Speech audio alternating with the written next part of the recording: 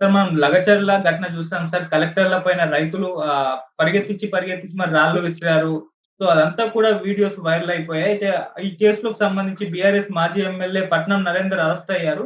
అయితే ఇప్పుడు అతనికి సంబంధించిన రిమాండ్ రిపోర్ట్‌లో సంచలన విషయాలు బయటపడ్డాయని చెప్పేసి చెప్తున్నారు. మొత్తం కేటీఆర్ గారే ప్లాన్ చేశారని కూడా అంటున్నారు. మరి కేటీఆర్ గారు అరెస్ట్ అయ్యే అవకాశం ఏమైనా ఉందా? అసలు రిమాండ్ రిపోర్ట్‌లో ఏముంది? యాహ్! మనకి వికారాబాద్‌లో దుద్యాల మండలం దగ్గర లగచర్ల అనే గ్రామంలో మొన్న కలెక్టర్ మీద, తర్వాత అధికారుల మీద కొంతమంది దాడి చేశారు. దాదాపు 42 మందిని ఇప్పటివరకు గుర్తించారు నిందితులుగా. అందులో చాలా మందిని అరెస్ట్ చేశారు.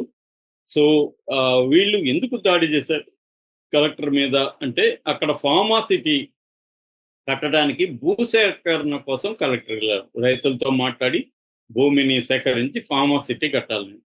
అక్కడ ఈ ఫార్మాసిటీని కట్టడానికి రైతుల్లో వ్యతిరేకత కొంత ఉంది. దీన్ని ఉపయోగించుకోవాలని బీఆర్ఎస్ ప్లాన్ చేసిందంటే కొంతమందిని ఆర్గనైజ్ చేసి దుందుడుగ్గా వెళ్దామని డిసైడ్ అయినట్టుగా తెలుస్తుంది. సో ఇప్పుడు ఇక్కడ 2 వాదనలున్నాయి. ఒక వాదన ఏందంటే ఇక్కడ రైతుల్ని ఎక్కువ మందిని అరెస్ట్ చేస్తున్నారు. లగచర్ల రైతులను అరెస్ట్ చేయడం కరెక్ట్ కాదు.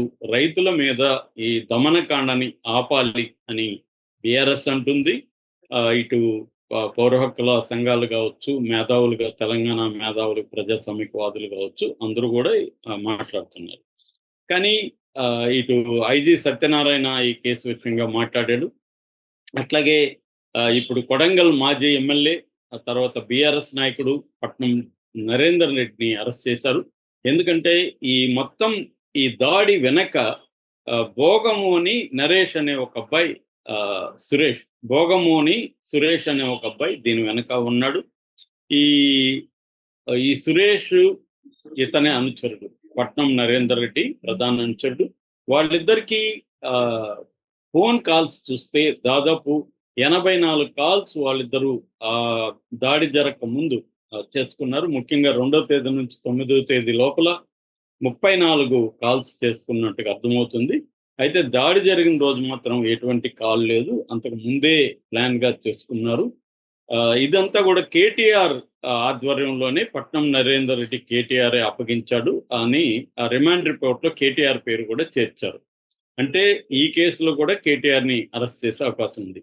ఎందుకంటే మనకు తెలుసు ఆల్రెడీ ఫార్ములా ఈ రేస్, ఎలక్ట్రానిక్ కార్ల ఫార్ములా రేస్ ఏదైతే ఉందో దాంట్లో 55 కోట్ల కుంభకోణం జరిగిందని చెప్పి దానికి సంబంధించి 17A పీసీ యాక్ట్ అంటే ప్రివెన్షన్ ఆఫ్ కరప్షన్ యాక్ట్ కి సంబంధించి 17A సెక్షన్ ప్రకారం ఒక మంత్రిని అరెస్ట్ చేయాలంటే, అంటే మంత్రిగా ఉన్నప్పుడు కుంభకోణం జరిగింది కాబట్టి గవర్నర్ పర్మిషన్ కావాలి. ఆ గవర్నర్ పర్మిషన్ కి ఆల్రెడీ అప్లై చేశారు. అది రాగానే ఆయన అరెస్ట్ చేసే అవకాశం ఉంది. కానీ ఇప్పుడు ఈ కేసులో గవర్నర్ పర్మిషన్ అవసరం లేదు లగచర్ల కేసులో. ఎందుకంటే ఆయన మంత్రి కాదు, ఓన్లీ ఎమ్మెల్యే. ఆయన్ని అరెస్ట్ చేయడం పెద్ద విషయం కాదు. అందుకని ఇప్పుడు ఈ కేసులో కూడా అంటే ఒక పబ్లిక్ సర్వెంట్ మీద దాడి అనేది సీరియస్ అంశం. దీని మీద ఇప్పుడు సీరియస్ గా ఉంది. అందుకనే ఈయన పేరు చేర్చారని చెప్తున్నారు. యాక్చువల్ గా ఐజీ సత్యనారాయణ చెప్పే దాని ప్రకారం హకీంపేట, పోలేపల్లి, తర్వాత పులిచెర్ల, లగచర్ల, రోటి బొండ, తాండా ఈ వీటి దగ్గర నుంచి చాలా మందిని ఆర్గనైజ్ చేసి తీసుకొచ్చారు. ఈ మొత్తం 42 మంది నిందితులను గుర్తించాం. ఇందులో 19 మంది అసలు రైతులే కాదు అని ఐజీ సత్యనారాయణ చెప్తున్నారు. అసలు రైతులే కానప్పుడు వాళ్ళ భూములు ఫార్మ్ ఆఫ్ సిటీకి ఇవ్వాలవద్దనేది కరెక్ట్ కాదని. సో ఇక్కడ క్లియర్ గా మనకు తేలాల్సింది ఏంటంటే రైతుల్ని వేధిస్తుందా రేవంత్ రెడ్డి ప్రభుత్వం, బీఆర్ఎస్ నాయకుల కుట్రని బయట పెడుతుందా? అంటే బీఆర్ఎస్ నాయకులు కుట్ర చేస్తున్నారా అంటే ఉండొచ్చు. ఇప్పుడు ఎప్పుడైనా రైతుల్లో వ్యతిరేకత ఉన్నప్పుడు ఇక్కడ బీఆర్ఎస్ నాయకులు ఆ వ్యతిరేకతను ఉపయోగించుకొని దాన్ని మిలిటెంట్ గా ముందుకు తీసుకెళ్తే రైతులందరిలో రేవంత్ రెడ్డికి వ్యతిరేకత వస్తుంది. ఎందుకంటే గ్రామీణ ప్రాంతాలు బీఆర్ఎస్ ని గట్టిగా వ్యతిరేకించి రేవంత్ రెడ్డిని ఎన్నుకున్నారు ఎన్నికల్లో. అర్బన్ ఏరియాల్లో బీఆర్ఎస్ కు ప్రోగానే ఉంది, రూరల్ ఏరియాల్లోనే బీఆర్ఎస్ కు వ్యతిరేకత బలంగా ఉంది. ఇంకా పార్లమెంట్ ఎన్నికల్లో అయితే అత్యంత ఘోరంగా పర్ఫామ్ చేసింది బీఆర్ఎస్. అందుకని ఇప్పుడు బీఆర్ఎస్ ఏం చేస్తున్నారంటే రూరల్ ఏరియాలని ఆర్గనైజ్ చేసి గట్టిగా మనం ఫైట్ చేద్దామన్న ఉద్దేశంతో ఉన్నారు. ముఖ్యంగా రైతుల్ని పెద్ద ఎత్తున రెచ్చగొట్టాలనే ఒక ప్లాన్ అయితే బీఆర్ఎస్ ఉంది. ఎవరైనా రాజకీయ పార్టీ అన్నాక ఉద్యమాలు ఎలా చేయాలి, దాన్ని మిలిటెంట్గా ఎలా తీసుకెళ్లాలి అనేది ప్లాన్ చేస్తారు. అందులో కొన్ని వ్యూహాలు రచిస్తారు. వాళ్ళకి వ్యూహంగా కనబడేది యువతల వాళ్ళకి కుట్రగా కనబడుతుంది.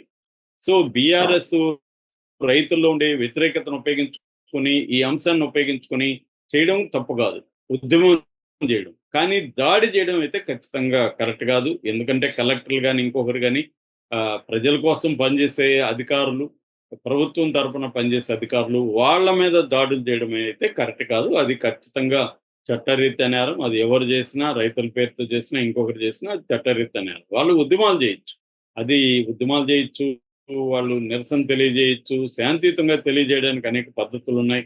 అవన్నీ ఫెయిల్ అయితే ఇంకొంత అగ్రెసివ్ వెళ్ళొచ్చు. కానీ దాడులు అనేది, ఫిజికల్ వైలెన్స్ అనేది కరెక్ట్ కాదు. కేసీఆర్ని ఇప్పటికి కూడా తెలంగాణ ఉద్యమంలో ఎందుకు మెచ్చుకుంటారంటే ఆయన అంత పెద్ద ఉద్యమం జరిగిన ఒక రక్తపు చుక్క చెందకుండా, అంటే వైలెన్స్ జరగలేదు. ఆత్మహత్యలు పెద్ద ఎత్తున జరిగాయి కానీ దాడులు జరగడం, వేరే వాళ్ళని చంపడం జరగలేదు. ఆంధ్రుల ఆస్తుల మీద ధ్వంసం కానీ ఇవేవి జరగలేదు. అది కేసీఆర్కు దక్కిన ఘనత యాక్చువల్లీ. కానీ ఇప్పుడు ఏం జరుగుతుంది, ఒక కలెక్టర్ల స్థాయి నాయకుల మీద దాడులు చేయడం అనేది జరుగుతుందని చెప్తున్నారు. ఇక్కడ ఎట్లాగైతే ఆంధ్రప్రదేశ్లో రాజకీయాలు ఒక యుద్ధము స్థాయికి తీసుకెళ్లిపోయి నువ్వా నేనా హోరా హోరా పోరాటం ఎలా జరుగుతుందో ఇక్కడ కూడా తెలంగాణలో కూడా రేవంత్ రెడ్డి ఎట్టి పరిస్థితుల్లో తగ్గట్లేదు. ఇటు కేటీఆర్, హరీష్ రావు కూడా తగ్గట్లేదు. ఒక హోరాహోరీ పోరాటం అనేది ఇక్కడ కూడా జరుగుతుంది. దీని వెనకుండి కేసీఆర్ నడిపిస్తున్నాడు.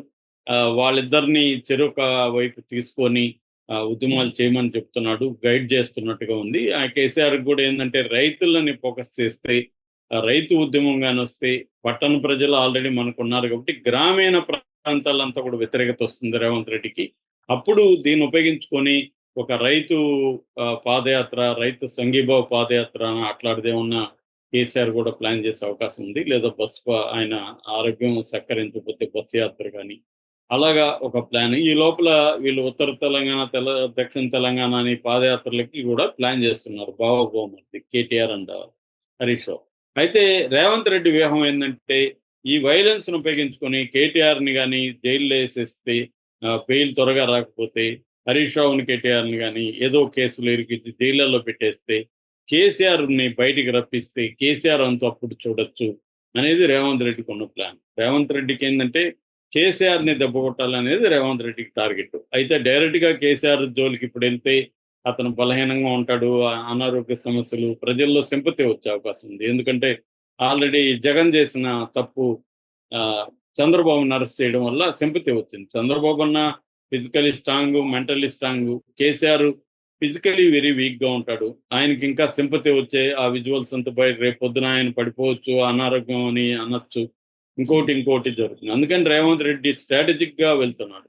ముందు కేటీఆర్ని దెబ్బకొట్టి హరీష్ రావుని దెబ్బ కొట్టగలిగితే వీళ్ళకి అంత సింపతి రాగదు. ఎందుకంటే మనకు తెలుసు 5.5 నెలల జైల్లో ఉన్న కవితకి ఒకే ఒక వ్యక్తి కూడా సింపతి తెలియజేసింది మనకు కనిపించలేదు బీఆర్ఎస్ని వదిలేస్తే.